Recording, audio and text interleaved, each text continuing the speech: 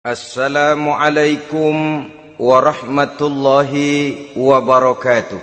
Waalaikumsalam warahmatullahi wabarakatuh. Bismillahirrahmanirrahim. Alhamdulillahi rabbil alamin. Wassalatu wassalamu ala ashrafil anbiya'i wal mursalin, Sayyidina wa maulana Muhammadin wa ala alihi wa ashabihi al-mujahidin at-tahirin, amma ba'du. Saudara-saudara kaum muslimin seiman dan sekeyakinan yang berbahagia, pada suatu hari seketika sedang berkumpul dengan para sahabat, Rasulullah pernah memberikan peringatan. Beliau bersabda, yushiku an tada'a alaikumul umamu kama tada'al akalatu ala qas'atiha. Pada suatu saat nanti akan datang di tengah-tengah kamu, wahai umat Islam, di mana orang-orang lain di sekeliling kamu akan bersatu mengerubungi kamu seperti bersatunya orang-orang mengerubungi makanan di atas meja hidangan. Akan datang satu saat nanti di mana kondisimu dikepung sedemikian rupa, yang barat mau menerkam, yang timur mau menghantam, yang selatan mau menginjak-injak, yang utara pun akan menjelajah. Kondisimu seperti makanan di atas meja hidangan. Sebagian sahabat merasa heran dan terkejut, lalu mereka bertanya, amin qillati nahnu yawma izin ya Rasulullah? Apakah jumlah kami pada waktu itu sedikit ya Rasul? Kami sampai dikepung sedemikian rupa? Beliau menjawab, bal antum yawma izin katsir. Sama sekali tidak. Kamu tidak sedikit pada saat itu. Bahkan jumlahmu sangat banyak. Kamu adalah mayoritas. Walakinnakum ghusa'un ka ghusa'is sail. Tetapi keadaanmu saat itu persis seperti buih di lautan. Banyak tetapi centang perenang. Banyak tetapi tidak punya daya dan kekuatan. Banyak tapi dipermainkan gelombang lautan, dihempaskan ke tepian pantai tanpa punya makna dan arti. Kondisimu pada saat itu kuantitas yang tanpa kualitas, sehingga orang lain enak saja mengepung kamu. Akidahmu didangkalkan, dibanjiri dengan peradaban dan kebudayaan yang menjauhkan dari agama. Dari segi maksiat dan munkarat seluruhnya mengepung sampai kita melepaskan nilai-nilai Islam kita ini. Dan celakanya, sambung beliau, waliyanzi'anna fi qulubi aduwikumul mahabata minkum. Akan dicabut kehebatanmu di mata musuh-musuhmu, sehingga pada saat seperti itu orang lain memandangmu umat Islam enteng saja, remeh saja, tidak ada apa-apanya. Sudahlah, pokoknya umat Islam sikat saja. Umat Islam enteng, umat Islam kecil, umat Islam tidak ada apa-apanya. Alangkah ironinya, alangkah menyedihkannya, memilukan dan sekaligus memalukan. Umat yang mayoritas ini dipermainkan oleh yang minoritas. Umat yang jumlahnya terbesar, terbanyak, bahkan konon menurut catatan sampai 90%, tapi dipermainkan oleh mereka kelompok-kelompok kecil ini. Waliyakzifanna fi qulubikumul wahn. Pada saat itu di hatimu dicampakkanlah penyakit wahan. Sahabat kemudian bertanya, wa mal wahnu ya Rasulullah? Apakah penyakit wahan itu ya Rasul? Beliau menjawab, hubbud dunya wa karahiyatul maut. Penyakit wahan itu tidak lain hubbud dunya wa karahiyatul maut. Terlalu cinta kepada dunia dan terlalu takut kepada mati. materialistis dan takut resiko. Dua penyakit inilah yang menyebabkan walaupun umat ini mayoritas, tapi dipermainkan oleh yang minoritas. Walaupun dia golongan terbesar, tapi nasibnya seperti makanan di atas meja makan. Dari segala macam penjuru mau menghantam dia. Saudara-saudara kaum muslimin yang berbahagia, ini merupakan analisa sosial bahwa pada satu saat nanti akan terjadi di tengah-tengah umat di mana kita dihantam dan diserbu dari segala macam penjuru. Akidah didangkalkan, peradaban dan kebudayaan dirusak, makanan dan minuman diracuni, pakaian ditelanjangi dan lain sebagainya, sampai kita melepaskan nilai Islam yang kita cintai ini. Kondisi sosial ini satu saat akan datang kepada kita.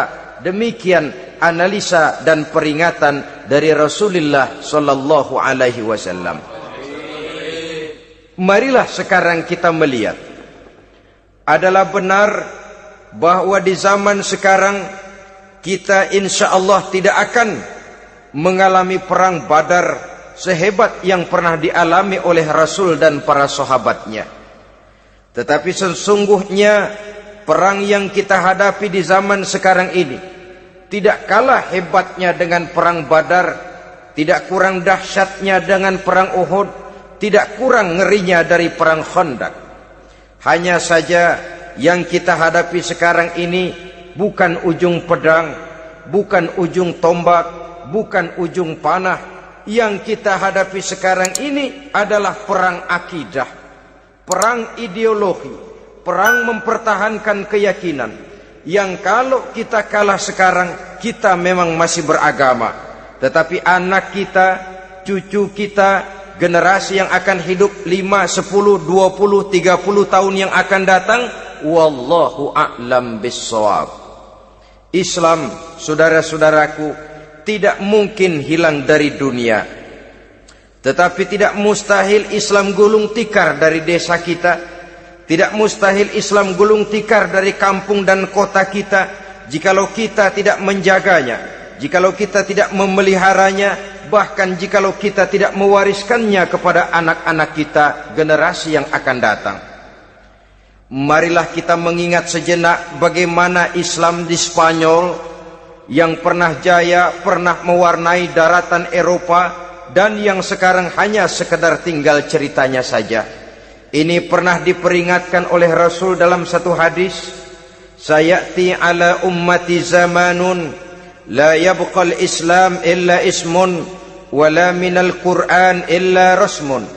Akan datang satu masa di tengah umatku di mana pada masa itu Islam ada tapi hanya tinggal sekedar namanya saja, dan Quran pun ada tapi cuma sekedar tinggal tulisannya saja. Apabila kita tidak mewariskan ini kepada generasi yang akan datang, maka serbuan-serbuan dari berbagai macam penjuru dari hari ke hari semakin kita rasakan kehebatannya. Tidak mustahil sejarah Spanyol akan terjadi di desa kita, akan terjadi di kampung kita, akan terjadi di kota kita. Orang Spanyol, kalau mereka cerita kepada anaknya, mereka akan cerita, nak, di sini dulu ada masjid. Kapan Pak? Dulu bener dah. Banyak orang Islam kalau hari Jumat pada sembahyang, kapan itu Pak? Dulu sekali. Sekarang cuma sekedar tinggal ceritanya saja. Bukankah sesuatu yang sangat tidak mustahil apabila kita tidak menjaga dan mewariskan Islam ini kepada generasi yang akan datang, maka serbuan-serbuan akan membawakan hasil yang diinginkan oleh para penyerbu itu tadi. Kita sudah menjadi umat yang mayoritas, tetapi umat yang mayoritas ini menurut Rasul dikepung sedemikian rupa, akidahnya didangkalkan, peradaban dan kebudayaannya ditekan sedemikian rupa, kehidupan sosialnya dibuat individualis, Kemudian dari segi pergaulan, pakaian, makanan, minuman dan sebagainya diracuni, sampai dia tidak lagi berpegang teguh kepada agamanya. Dan dikala itu hilang kehebatan umat ini di mata musuh-musuhnya. Orang lain memandang kita ringan saja, enteng saja, satu umat yang sudah kehilangan wibawa. Padahal konon kabarnya kita mayoritas, tapi enak saja dikutak-kutik orang lain. Dan dikala itu di hati kita merajalela penyakit uahan.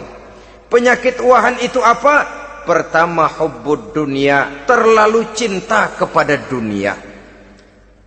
Terlalu cinta kepada dunia yang menyebabkan kita lupa akan tanggung jawab dan kewajiban, lupa meneruskan dan mewariskan Islam kepada generasi yang akan datang. Kita berlomba dan berlomba hanya untuk mengejar dunia dan seluruh isinya. Baik dia bernama material, baik dia bernama seksual, baik dia bernama pangkat, jabatan dan kedudukan, berlomba-lomba kita di dalamnya. Sampai tercampaklah penyakit hubbud dunia di dalam hati ini. Berurat dan berakar dunia itu, sulit dan berat kita berpisah daripadanya. Akibatnya kemauan untuk berbuat demi dan atas nama agama sangat sulit terwujud di dalam kehidupan ini. Yang kedua, karahiyatul maut, terlalu takut kepada mati. Baik mati ajal, mati dalam artian yang sebenarnya, baik mati usahanya, baik mati karirnya, baik mati pangkat dan jabatannya. Sehingga dengan demikian akibatnya jatuhlah kita menjadi umat yang kehilangan wibawa di mata orang lain. Saudara-saudara kaum muslimin rahimakumullah, saya katakan tadi, perang yang kita hadapi di zaman sekarang adalah perang akidah. Perang menghadapi peradaban dan kebudayaan yang menghancurkan moral daripada anak-anak kita. Perang menghadapi banjirnya maksiat dan munkarat. Yang di tengah-tengah itu, di samping berkewajiban menjaga diri dan keluarga, kita pun juga berkewajiban menjaga anak-anak kita, generasi yang akan datang. Mengarahkan dan mendidik mereka sesuai dengan yang dikehendaki oleh Allah Subhanahu wa ta'ala. Oleh sebab itu, pada pertemuan kali ini yang akan saya bicarakan ialah bagaimana idealnya seorang muslim lebih dahulu memberikan pendidikan kepada anak-anaknya. Di tengah satu situasi dan kondisi di mana serbuan datang silih berganti melanda dan menghantam umat Islam, kemana anak-anak kita ini harus kita arahkan? Karena kita orang tua mempunyai tanggung jawab. Anak adalah amanah, menyia-nyiakan amanah adalah dosa, dan dosa itu merupakan satu dosa yang besar. Bahkan orang tua bisa saja masuk neraka kalau tidak bertanggung jawab tentang anak-anaknya.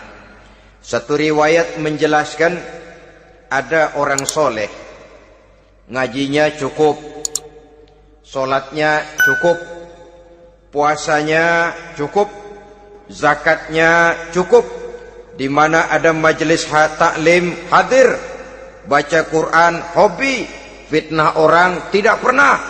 Di akhirat setelah disidang dia ternyata lebih banyak kebaikannya daripada kejahatannya, maka dia pun diperintahkan dan dipersilahkan masuk ke dalam surga. Giliran anaknya disidang, biang okem nih anak. Ditanya, siapa Tuhanmu? Tidak tahu. Siapa nabimu? Ente nyaho. Apa kitabmu? Ora gelem. Kamu pernah sholat? Tidak. Zakat? Tidak. Puasa? Tidak. Judi? Hobi. Zina? Tiap malam. Mabuk? Berat. Wah, brengsek kamu. Kebaikan tidak ada barang sedikit pun, sementara kesalahan dan dosa berlipat ganda. Kamu neraka. Anak ini protes. Benar, saya tidak kenal siapa Tuhan saya. Saya tidak tahu siapa nabi saya. Saya tidak tahu kitab suci dan kiblat saya. Saya tidak sholat, tidak zakat, tidak puasa. Tiap malam saya judi, saya zina, saya mabuk. Tapi saya kerjakan semua itu karena saya tidak tahu dan orang tua saya tidak pernah memberitahu saya. Dia enak-enakan hadir di majelis taklim, saya nyekek botol, didiemin saja. Dia enak-enakan baca Quran, saya zina, didiamkan saja. Saya bukan tidak mau, orang tua saya sama sekali tidak pernah mendidik saya. Dia mau benar sendiri. Maka kalau sekarang saya harus masuk ke dalam neraka, saya menuntut agar orang tua saya ikut sama-sama bergabung dengan saya ke dalam neraka. Gara-gara dia tuh saya jadi begini. Orang tuamu yang mana? Tuh, yang barusan mau ke surga. Ini orang tua yang sudah mau berangkat ke surga dipanggil. Sebentar dulu mas. Ini benar anak kamu? Iya pak. Waktu di dunia kamu tidak pernah ajarin dia ngaji? Sampai dia tidak kenal Tuhannya, tidak kenal nabinya, tidak kenal kiblat dan kitab sucinya? Iya pak. Dia tidak sholat, kamu diamkan saja. Dia tidak puasa, tidak zakat, kamu bersikap masa bodoh. Bahkan dia judi, dia zina, dia mabuk, kamu pun berdiam diri saja. Iya pak. Tahukah kamu bahwa anak ini adalah amanah? Menyia-nyiakan amanah artinya khianat, dan khianat adalah dosa yang sangat besar. Kamu tidak bertanggung jawab, maka kamu, anakmu gabung ke dalam neraka. Saudara-saudara kaum muslimin rahimakumullah. Itu sebabnya Allah pesan benar-benar, ya ayyuhalladzina amanu qu anfusakum wa ahlikum nara. Hai orang-orang yang beriman, jaga dirimu dan keluargamu, istri, anak, orang-orang yang menjadi tanggung jawab dan kewajiban kita, jaga dan pelihara mereka dari api neraka. Saudara-saudara kaum muslimin, lalu kalau kita orang-orang tua yang hidup di zaman sekarang ini sudah sering beristighfar, mengurut dada, melihat situasi, membaca peta keadaan, konon tantangan yang akan dihadapi oleh anak-anak kita 15, 20, 25 tahun yang akan datang jauh lebih berat dari apa yang kita hadapi sekarang ini. Maka adalah wajar jika kita sebagai orang tua yang cinta kepada agama, cinta kepada anak-anak kita, berpikir untuk mewariskan nilai-nilai yang luhur ini kepada anak-anak kita generasi yang akan datang.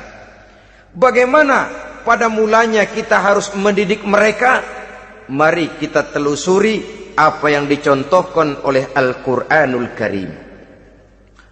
Orang-orang tua bijaksana yang diceritakan dalam Al-Quran, kalau sudah berpikir tentang anak-anaknya generasi yang akan datang, pendidikan pertama yang diberikan kepada anaknya ternyata adalah persoalan akidah.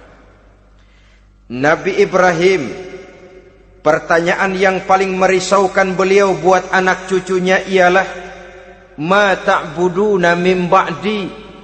Saudara bisa lihat surah Al-Baqarah ayat 133. Anak-anakku, kalau pada satu saat nanti aku, ayahmu ini sudah tidak ada lagi, meninggalkan kamu semua, meninggalkan kehidupan dunia ini, ma ta'buduna min ba'di, apa yang akan kamu sembah nak kalau ayah sudah tidak ada lagi?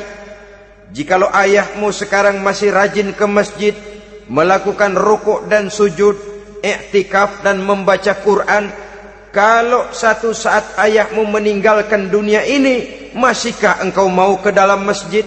Masihkah engkau rukuk dan sujud? Masihkah engkau i'tikaf? Ma ta'buduna min ba'di, apa yang akan kamu sembah kalau aku ayahmu tidak ada lagi nak? Ditanamkan bukan hanya keyakinan bertauhid, sekaligus juga menyembah kepada Allah yang kita yakinkan dengan tauhid itu tadi. Bukankah berbeda dengan kita kebanyakan orang tua sekarang? Kita tidak pernah berpikir ma ta'buduna min ba'di. Kalau bapak tidak ada, kamu nyembah apa nak? Kita orang tua sekarang pagi-pagi malah berpikir ma ta'kuluna min ba'di.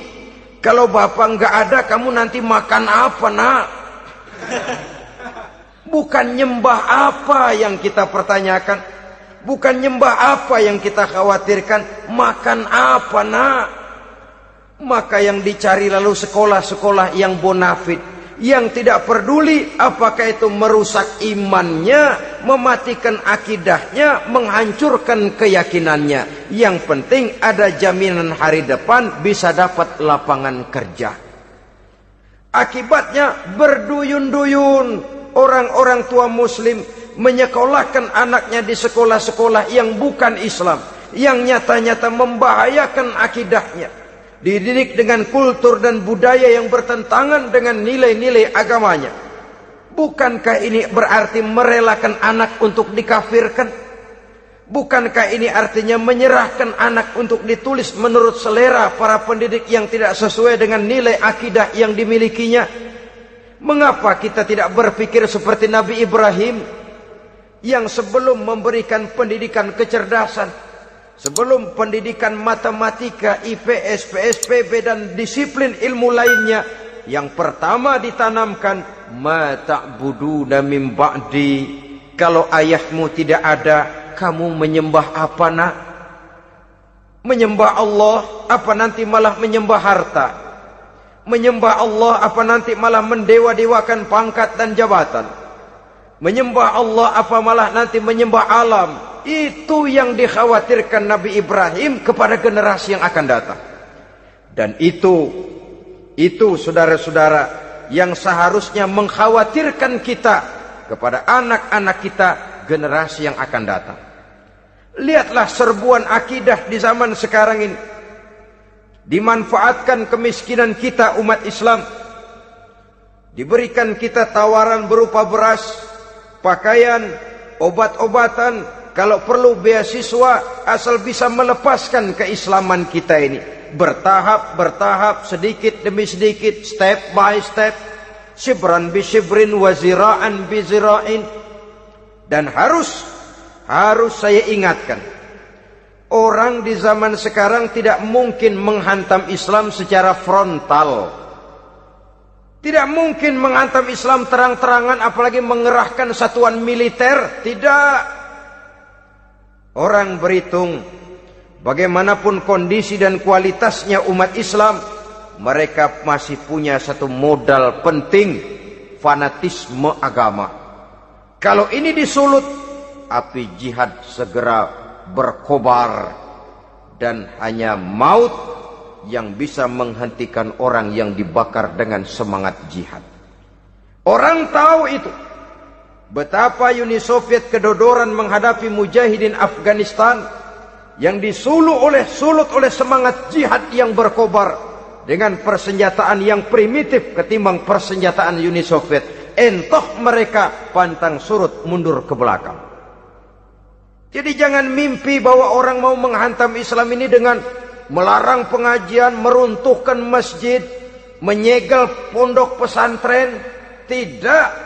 Melarang orang sholat. Tidak. Kalau perlu masjid diperbanyak, musola diperbesar. Tapi bikin itu masjid seperti museum.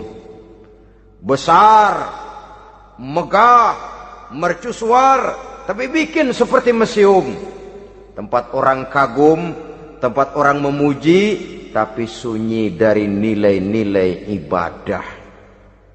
Saudara-saudara kaum muslimin, untuk sampai kepada penghantaman akidah, jalan yang paling mudah dirintis sekarang ini secara bertahap dan sistematis, memisahkan umat Islam dari Islamnya. Biarkan mereka bernama Muslim. Biarkan di atas kartu penduduknya tertulis agama Islam. Tapi tanamkan budaya-budaya yang menyebabkan cara bergaul mereka, cara berumah tangga mereka, cara bertetangga mereka, sampai kepada cara mereka berpakaian, cara mereka bergaul, cara mereka makan dan minum, cara mereka mendidik dan menyekolahkan anak sama sekali tidak lagi mencerminkan nilai-nilai yang islami. Itu sudah satu usaha yang paling praktis, memisahkan umat Islam dengan Islamnya. Kalau sadarlah kita ke arah ini usaha orang di zaman sekarang, maka yang harus pertama kita tanamkan kepada anak-anak kita, didik mereka dengan jiwa tauhid yang mengkristal di dalam batinnya, meresap sampai ke tulang sumsumnya, yang tidak akan sampai pun nyawa berpisah dari badannya, akidah itu tidak akan berpisah dari hatinya. Bahkan dia sanggup dengan tegar berkata, lebih baik saya melarat karena mempertahankan iman daripada hidup mewah dengan menjual akidah. Satu khittah, satu garis kehidupan yang perlu kita wariskan kepada anak-anak kita, generasi yang akan datang. Dahulu ada satu tradisi, saudara-saudara. Kalau anak gadis kita dilamar orang, orang lalu bertanya, anakmu mau ngelamar gadis saya, apa sudah khotam Quran berapa kali? Apa sudah bisa baca kitab macam-macam dan lain sebagainya? Sehingga lahirlah satu kebanggaan. Apapun motifnya, tapi pertanyaan semacam ini zaman sekarang sudah langka. Paling-paling yang ditanya kalau anaknya dilamar orang, anakmu kerja di mana? Gajinya sebulan berapa? Kendaraannya bebek apa soang apa-apa? Itu yang kita pertanyakan, berkisar di seputar materi, kerja, job, status sosial dan lain sebagainya. Perkara bisa baca Quran atau tidak, nomor 18. Perkara sembahyangnya rajin apa tidak, nomor 36. Saudara hadirin, akibatnya terjadi pergeseran nilai. Maka mendidik anak menurut tuntunan Quran adalah seperti yang diberikan contoh oleh Luqmanul Hakim, yang diceritakan dalam surah Luqman mulai ayat 11 dan selanjutnya. Apa pendidikan pertama yang harus kita berikan kepada anak? Pertama, ya bunayya la tusyrik billah. Wahai anakku, jangan sekali-kali engkau menyekutukan Allah. Nak, jaga tauhid, pelihara iman, mantapkan akidah. Ini dasar yang pertama. Belum lagi anak mengenal berbagai macam disiplin ilmu, yang pertama ditanamkan tauhid. Ini yang mendasari kehidupan.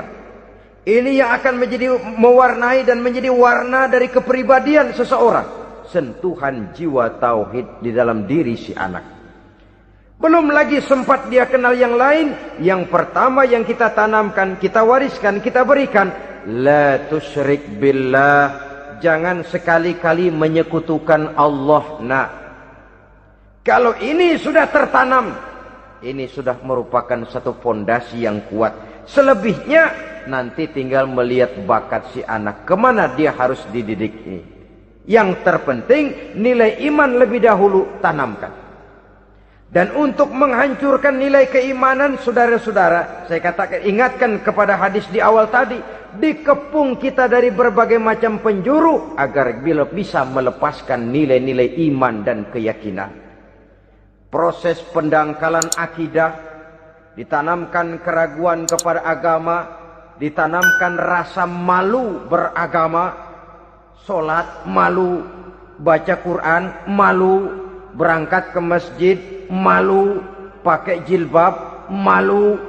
Ditanamkan rasa malu beragama, sehingga bertahap sedikit demi sedikit kita mulai berpisah dengan kehidupan beragama. Ditanamkan hal yang sedemikian rupa dari berbagai macam penjuru. Dihantam akidah, akidah kuat, dihantam dari segi peradaban dan kebudayaan. Diperbanyaklah peradaban dan kebudayaan yang bukan mendekatkan kita dengan agama, malah mendekatkan kita dengan neraka. Menjauhkan kita dari agama, menjauhkan kita dari nilai-nilai luhur yang diwariskan oleh orang-orang tua kita terdahulu. Adalah kewajiban kita yang pertama, mendidik anak, menanamkan roh, jiwa dan semangat tauhid di dalam diri mereka. Saudara-saudara kaum muslimin rahimakumullah. Kenapa kita lebih dahulukan menanamkan jiwa, roh dan semangat tauhid ini kepada anak-anak kita? Pertama, kita tidak hanya ingin sekedar mempunyai anak yang pintar, tetapi lebih daripada itu kita pun ingin mempunyai anak yang benar. Segala macam disiplin ilmu, segala macam bentuk penalaran ilmiah dan pengisian intelektualitas manusia mungkin di satu sisi akan membuat dia pintar, tapi di sisi lain belum tentu akan membuat dia benar. Nabi pernah memberikan peringatan, "Man izdada ilman wa lam yazdad huda, lam yazdad minallahi illa bu'da." Orang yang hanya bertambah ilmu pengetahuannya tapi tidak bertambah hidayah dari Allah, tidak makin mantap keimanannya, maka seluruh nilai-nilai ilmunya hanya akan menjauhkan dia dari Allah Subhanahu wa taala. Dan adalah lebih merupakan azab daripada nikmat kalau kita diberikan ilmu pengetahuan yang hanya akan menyebabkan kita semakin jauh dari Allah Subhanahu wa taala.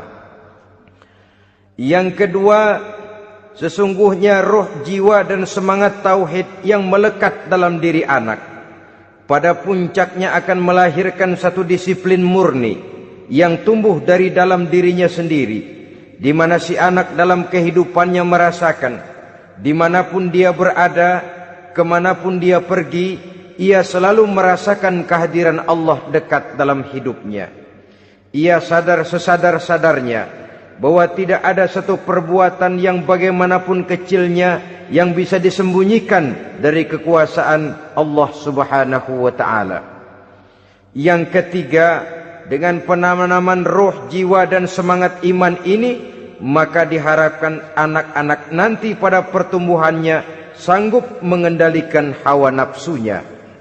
Dengan kata lain, bahwa penanaman jiwa tauhid, penanaman roh dan semangat keimanan ini merupakan kondisi dasar yang harus dilakukan sebelum yang lain-lainnya. Kemudian pendidikan kedua yang diberikan oleh Al-Quran melalui contoh dan model dengan Luqmanul Hakim ini, setelah menanamkan tauhid, ditanamkanlah kepada si anak ini rasa hormat kepada orang tuanya.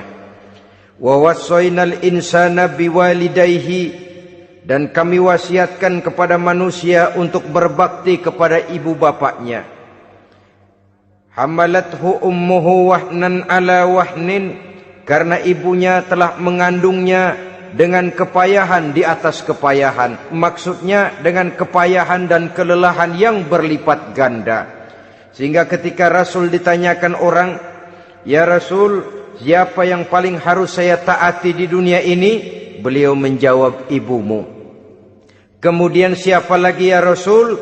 "Ibumu." Setelah itu, "Siapa lagi ya Rasul?" "Ibumu." Dan kemudian, "Siapa ya Rasul?" "Bapakmu." Ibu, ibu, ibu, bapak. Bahkan al-jannatu tahta aqdamil ummahat, surga berada di bawah telapak kaki ibu. Bagaimana menanamkan rasa hormat kepada orang tua di hati anak? Tentu yang pertama, bagaimana orang tua bisa memberikan keteladanan. Marilah kita sebagai orang-orang tua ini menyadari bahwa sebelum anak kenal sekolah dasar, sebelum anak kenal TK, ibtidaiyah, sanawiyah sampai kepada perguruan tingginya, yang pertama dia kenal adalah lingkungan rumah tangganya, gurunya adalah ibu bapaknya. Di sini berlakulah apa yang dinamakan keteladanan. Keteladanan jauh lebih berhasil daripada sekedar teori-teori yang muluk. Keteladanan jauh lebih berhasil daripada berbagai macam indoktrinasi dan penataran. Kurangnya keteladanan akan menyebabkan anak mencari pola. Apabila kita orang tua ini tidak bisa memberikan keteladanan yang baik kepada anak-anak kita, maka pada suatu saat anak-anak akan menganggap enteng dan kehilangan wibawa kita sebagai orang tua di mata mereka. Dikala itu akan sangat sulit kita membentuk kepribadian mereka. Bukankah di zaman sekarang ini kita banyak mengalami krisis wibawa, krisis figur?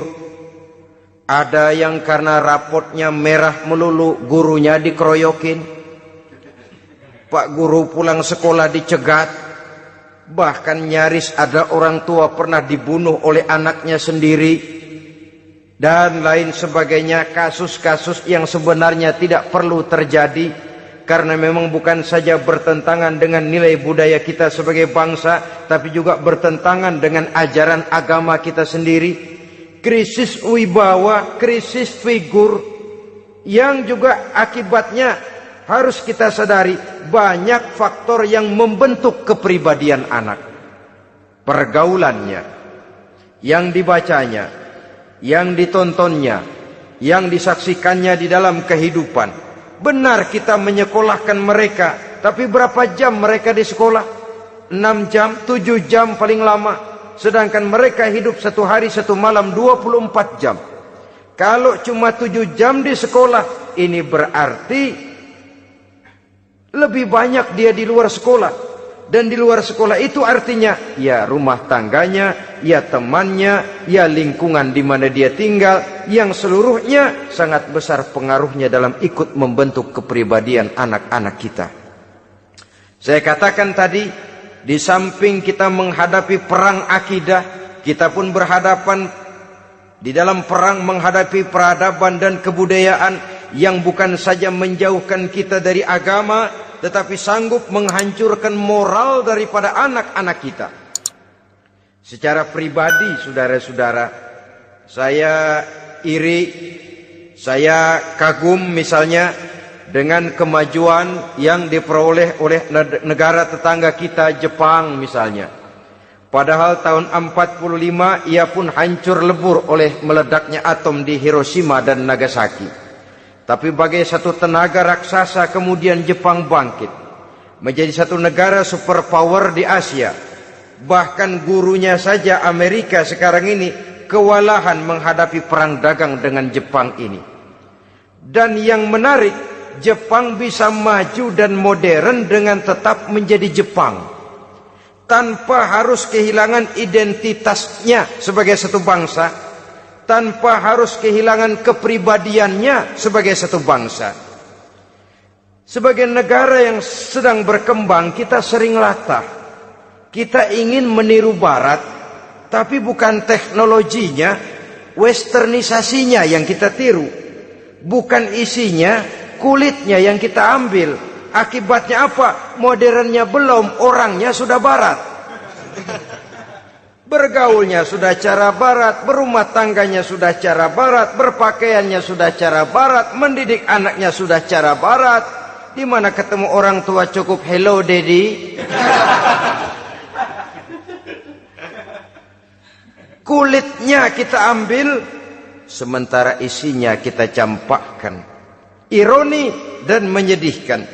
Padahal kita sesungguhnya bisa maju dan modern, bisa mengejar segala ketinggalan dan keterbelakangan kita, dengan tetap menjaga nilai-nilai luhur budaya kita sebagai satu bangsa, mengambil isinya, dan kalau memang tidak perlu, lalu mencampakkan kulitnya.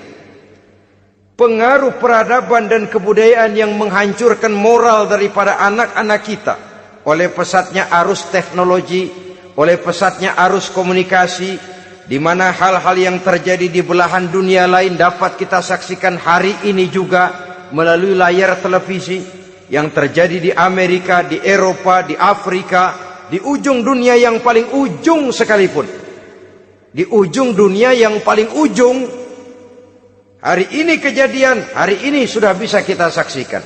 Pesatnya arus komunikasi, kalau jatuh ke tangan anak-anak kita yang belum mempunyai filter, daya saring positif, akan dicerna oleh mereka tanpa memilah dan memilih. Akibatnya orang kampung bilang kelolodan. Makan nggak dikunyah lagi. Tentu saja akhirnya kelolodan, dan kalau sudah kelolodan menyusahkan kita seluruhnya. Oleh karena itu budaya menghormati orang tua perlu dijaga, perlu dipelihara dan diwariskan kepada anak-anak kita. Tali silaturahmi sehingga ada respeknya kepada orang tuanya. Jangan bapaknya dianggap CS, ibunya dianggap CS, kakeknya dianggap CS. Hilang rasa respek, hilang rasa menghormati. Sementara orang tua sendiri tidak bisa memberikan keteladanan, kurang mendapat perhatian dan lain sebagainya. Apalagi kalau baik ibu maupun bapak adalah orang-orang karier yang setiap hari sibuk menghadapi tugas masing-masing. Bapak sibuk rapat, pindah kantor sana kantor sini, ibu sibuk arisan, besarlah anak-anak di tangan pembantu dan lain sebagainya, sehingga dia merasa kurang mendapat perhatian, dan ini akan ikut membentuk warna dari kepribadian yang dimilikinya. Sampai kepada pelosok-pelosok desa, jaringan televisi memang menguntungkan. Tapi kalau sudah sampai kepada menayangkan budaya-budaya yang tidak sesuai dengan pola di mana mereka tinggal, pola lingkungannya, dan ingin mereka terapkan dalam kehidupan, ironi dan menyedihkan. Maka sering dikatakan, jikalau ABRI masuk desa, rakyat beruntung. Jikalau listrik masuk desa, rumah jadi terang. Jikalau koran masuk desa, rakyat jadi cerdas. Jikalau hakim masuk desa, rakyat lalu sadar hukum. Tapi jikalau maksiat dan munkarat masuk desa, minuman keras masuk desa, judi masuk desa, pelacuran masuk desa, rakyat tentu kiamat. Dan kita harus punya budaya untuk memilah dan memilih, mempunyai filter untuk jadi daya saring positif. Oleh karena itu saudara-saudara, tahap kedua setelah menanamkan jiwa tauhid kepada anak, tanamkan rasa hormat kepada orang tuanya. Orang tua itu ibu bapaknya, orang tua itu guru-gurunya yang mengajarkan dia, atau yang dianggap tua yang lebih senior dari dia. Karena tidak ada satu peradaban yang berdiri sendiri. Bagaimanapun maju dan modernnya kita sekarang, tentu merupakan mata rantai yang berkaitan dari generasi terdahulu. Ini yang kedua. Setelah tauhid, berbakti kepada ibu dan bapak. Tidak ada satu kebahagiaan yang bisa ditegakkan di dunia ini tanpa doa, tanpa restu daripada ibu dan bapak. Ini keramat hidup. Doanya dikabul Allah dan kutuknya juga dikabul oleh Allah Subhanahu wa ta'ala. Jadi mendidik anak setelah menanamkan jiwa tauhid, menanamkan rasa hormat dan taat berbakti kepada ibu bapaknya. Itu yang kedua. Kemudian yang ketiga, melalui model Luqman, Quran mendorong kita untuk mendidik anak, menanamkan etika otonom. Apa itu? Ya bunayya, innaha in takum mithqala habbatin min khardalin fatakun fi sakhratin aw fis samawati aw fil ardi ya'ti biha Allah. Wahai anakku, sesungguhnya kalau ada satu kebaikan yang kamu kerjakan, kecil, tidak nampak oleh pandangan mata yang zahir, yang kecil itu tersembunyi di puncak langit, di dasar bumi yang paling dalam, atau di tengah batu hitam sekalipun, Allah pasti mengetahuinya dan pasti akan memberikan balasan yang seadil-adilnya.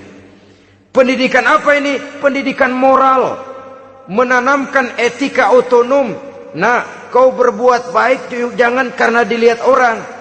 Kau tidak mau melakukan kejahatan jangan cuma karena ada polisi. Kalau ada polisi kau tidak mau jahat, kucing juga begitu. Coba lihat kucing, taruh ikan asin di piring kaleng, tongkrongin. Aduh, kucing kalem, sopan, tenang. Sedikit kita lengah, habis ikan digarap. Tapi ditanamkan satu kesadaran, kemanapun kau pergi, nak, apapun yang kau kerjakan, tersembunyi di tengah batu, di dasar bumi, di puncak langit, Allah pasti tahu. Dalam bahasa yang ringan, nak, Kita ini diawasi oleh 2 hiperkomputer yang maha sensitif. Produksi langit, mereknya Rokib dan Atid. Itu komputer yang sangat peka dan sensitif.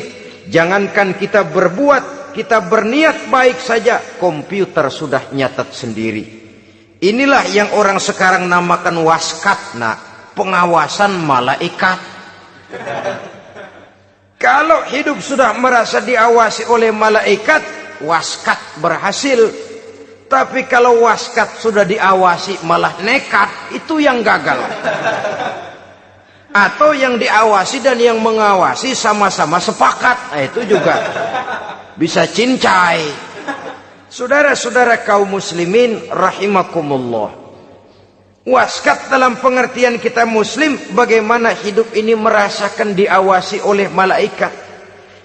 Intelektualitas yang tinggi sekalipun, IQ yang nilainya plus sekalipun, disiplin ilmu yang bagaimanapun banyak yang memenuhi benak kita, tanpa diiringi oleh etika otonom, orang sering mencari celah dan kesempatan. Mencari celah dan kesempatan. Tapi kalau sudah merasa, kemanapun saya pergi, dimanapun saya berada, kebaikan bagaimanapun sekecilnya saya lakukan, toh Allah pasti akan memberikan balasan. In khairan fa khairun, wa in syarran fa syarrun. Jikalau baik, baik balasan yang kita terima. Jikalau jahat, jahat kejahatan yang kita terima.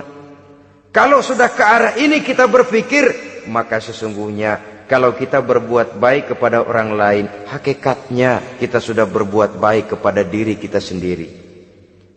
Lalu tidak ada merasa rugi berbuat baik kepada orang. Karena manakala dia melakukan kebaikan kepada orang lain, artinya dia sudah berbuat baik untuk dirinya sendiri. Jadi setelah tauhid, kemudian berbakti kepada ibu bapak, yang ketiga baru pendidikan tentang akhlak, tentang moral. Pola ini yang sering terlupakan oleh kita, bahwa bagi kita itu pendidikan tidak lain upaya mencerdaskan otak anak. Jangan sampai sebab ini kelihatannya pembangunan makin maju, persaingan hidup makin tajam, tensi ekonomi semakin tinggi, sementara jumlah tenaga kerja dengan lapangan kerja yang tersedia jauh dari mencukupi. Jikalau tidak membekali anak dengan pendidikan yang menunjang lapangan pekerjaan, orang tua khawatir, takut sekali anaknya jadi gelandangan. Dikhawatirkannya kehidupan dunia ini, sementara dia lupa kalau anaknya bisa jadi gelandangan di akhirat.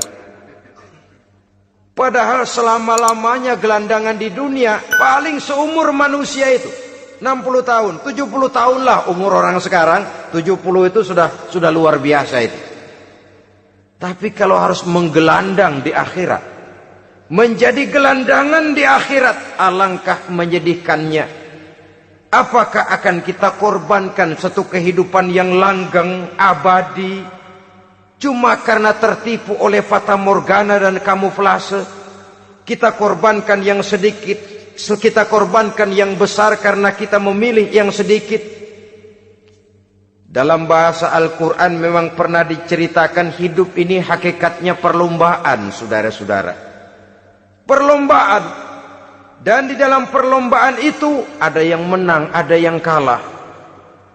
Al-Quran lalu memberikan peringatan, Alhaakumut takatsur, kamu telah lalai karena berlomba-lomba memperbanyak harta, mempertinggi pangkat dan kedudukan, hatta zurtumul maqabir, sampai kamu akan masuk ke liang kubur baru sadar.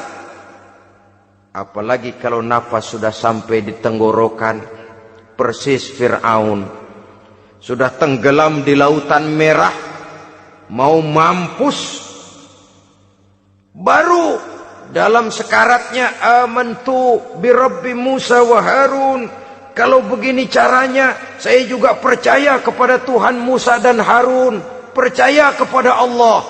Sudah mau mati, baru amantu bi Rabbi Musa, kami percaya kepada Tuhan Nabi Musa, kata Fir'aun. Malaikat maut kesel benar, dilelepin terus di laut. Mampus tuh sekalian. Hidup ini memang kita berlomba. Berlomba dengan waktu, berlomba dengan umur, berlomba dengan tenaga, berlomba dengan tetangga. Yang jangankan kita sampai mundur, berhenti saja sejenak, kita akan ditinggalkan oleh yang lain. Tiada kata mundur, bahkan tiada kata berhenti. Sekali kita melangkah, melangkahlah terus. Tapi berlombalah seperti yang dikehendaki Quran. Fastabiqul khairat. Berlomba-lombalah di dalam kebajikan. Jangan berlomba-lomba di dalam kemaksiatan, kemunkaran, kejahatan. Berlombalah dalam urusan kebaikan. Saudara-saudara kaum muslimin rahimakumullah. Tauhid, berbakti kepada ibu bapa, kemudian pendidikan tentang moral. Apabila pendidikan tentang moral sudah tertanam, barulah lihat bakat si anak. Kemana bakatnya? Anak saya kelihatannya dari kecil demennya main bedil-bedilan saja. Abri kali itu. Kirim ke Magelang, masukkan akabri. Tapi dengan syarat 3 itu tadi. Iman sudah tertanam, rasa bakti kepada ibu bapak sudah ada, dan punya nilai moral. Sehingga boleh jadi nanti dia menjadi jenderal yang beriman, yang berbakti kepada ibu bapaknya, dan punya moral yang tinggi. Kan lebih baik rakyat rendah tapi akhlaknya tinggi, daripada pejabat tinggi tapi moralnya rendah. Jauh lebih baik rakyat rendah punya moral tinggi ketimbang pejabat tinggi punya moral rendah. Nilai moral ini yang jadi ukuran dan barometer di masyarakat. Yang ini yang sering kita lupakan. Bahwa kehancuran satu bangsa dimanapun di dunia ini selalu dimulai dengan kehancuran moral daripada bangsa itu sendiri. Sekarang membina nilai moral ini berat. Gadis kita, remaja, putri diberikan pakaian jilbab, mungkin dia sendiri masih setengah-setengah, ditambah lagi oleh ledekan temennya. Jilbab lah kuno. Bau sorga lah, bau masjid lah, bau menyan lah. Ditanamkan rasa malu untuk hidup dekat dengan agama. Kalau moral semacam ini sudah tertanam, sedikit demi sedikit kita mulai mengucapkan selamat tinggal kepada agama. Dan kemalangan apa yang lebih malang kalau kita sudah jauh dari agama ini? Bukankah Islam telah menyelamatkan manusia dari penyakit jahiliyah dan membawanya kepada satu kehidupan yang maju dan modern? Kalau kita tinggalkan Islam ini, bukankah artinya kita akan kembali kepada satu zaman jahiliyah? Hanya saja jahiliyah itu berada di abad modern. Versinya tentu lebih modern. Kalau zaman jahiliyah dulu mabuknya pakai arak, zaman sekarang sudah macam-macam orang bisa mabuk. Kalau zaman jahiliyah dulu anak perempuan dikubur hidup-hidup, zaman sekarang kadang-kadang belum sempat lahir ke dunia, malah sudah dibunuh lebih dahulu. Versinya saja yang berbeda. Kalau di zaman jahiliyah dahulu manusia menyembah batu yang bernama Latta, Uzza, Manat dan Hubal. Di zaman jahiliyah modern sekarang ini, orang sering menyembah kepala bagiannya, sering menyembah atasannya, sering menyembah komputer, sering menyembah teknologi modern yang lebih diyakininya daripada Allah sebagai keyakinan sentral di dalam hidupnya. Saudara-saudara kaum muslimin rahimakumullah. Jadi yang ketiga, nilai moral yang ditanamkan kepada anak-anak kita supaya dia bisa menghadapi tantangan-tantangan hidup yang semakin berat ini dengan tetap berpegang teguh kepada nilai-nilai moral yang diwarnai oleh jiwa keimanannya yang bersumber dari ajaran agamanya. 3. Kemudian yang keempat, barulah tatanan kehidupan sehari-hari. Apa kata Luqman? Ya bunayya aqimis shalah. Setelah bertauhid, berbakti kepada ibu bapa, punya nilai moral. Ya bunayya aqimis shalah. Nak, dirikan solat. Rumah tangga muslim. Anak berumur 7 tahun sudah berani meninggalkan solat. Kata Nabi, pukul. Bukan untuk menyakiti, untuk mendidik. Karena sayang kepada anak. Saudara-saudara, kita khawatir betul kepada anak. Kalau dia pulang dari sekolah, buru-buru kita sebagai orang tua bertanya, sudah makan nak? Sudah istirahat nak? Tapi jarang kita sebagai orang tua melontarkan, sudah sholat nak? Bahkan kita bisa memberikan sugesti kepada anak. Nah, kalau kau naik kelas 1 sampai naik ke kelas 2, bapak beliin sepeda. Tamat SD nak, motor. Tamat SMP nak, ke Bali kita. Tamat SMA nak, Singapura.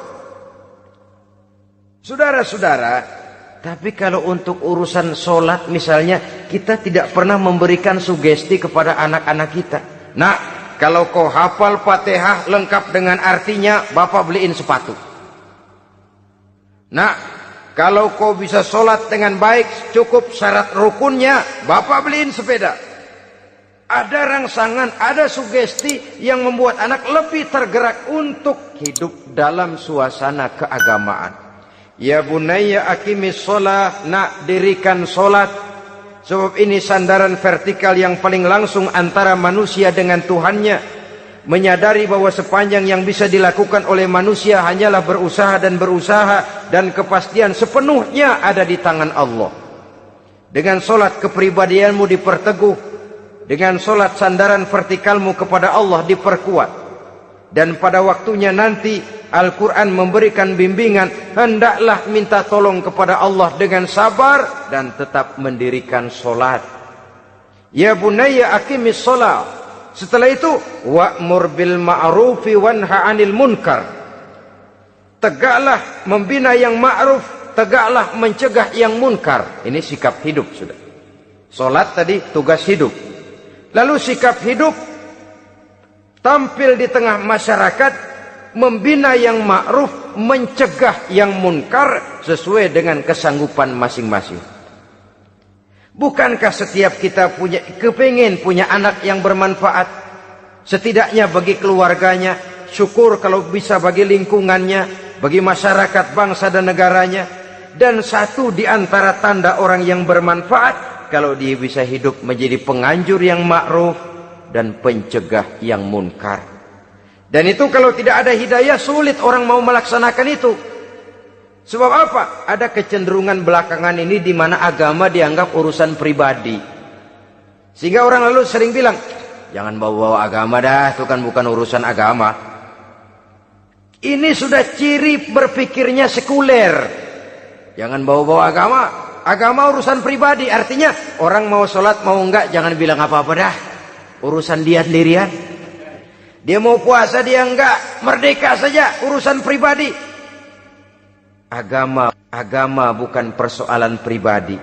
Apalagi jikalau sudah menyangkut amar ma'ruf dan nahi munkar, siap menegakkan yang baik, mencegah yang munkar, untuk tegaknya satu masyarakat yang diwarnai oleh kebaikan dan terhindar dari segala macam kejahatan.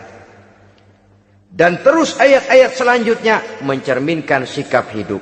Namun yang intinya, cara mendidik anak yang baik, yang dicontohkan oleh Al-Quran dengan Luqmanul Hakim sebagai model. Pertama, tanamkan tauhid. Yang kedua, tanamkan rasa hormat dan berbakti kepada ibu bapaknya. Yang ketiga, tanamkan moral, nilai akhlak yang tinggi. Setelah itu yang keempat, biasakan hidup dalam suasana keagamaan.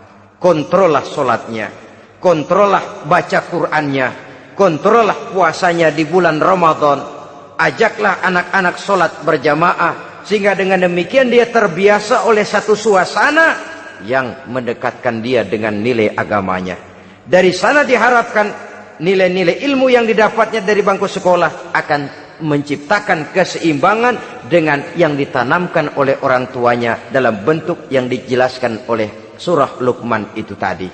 Sehingga apabila keseimbangan ini terwujud, akan menjalin keseimbangan dalam pola berpikir, dan keseimbangan dalam pola berpikir akan melahirkan keseimbangan dalam perbuatannya. Terwujudlah kita harapkan insan yang fid dunya hasanah wa fil akhirati hasanah. Inilah harapan kita semua. Mudah-mudahan Allah memberikan kekuatan kepada kita untuk mewariskan nilai-nilai yang baik kepada generasi yang akan datang. Sehingga esok harus lebih baik daripada hari ini, dan lusa harus lebih baik daripada hari esok. Terima kasih atas perhatian saudara. Mohon maaf atas segala kekurangan. Usikum wa nafsi bitaqwallah. Wassalamualaikum warahmatullahi wabarakatuh. Waalaikumsalam warahmatullahi wabarakatuh. Sekian dan terima kasih.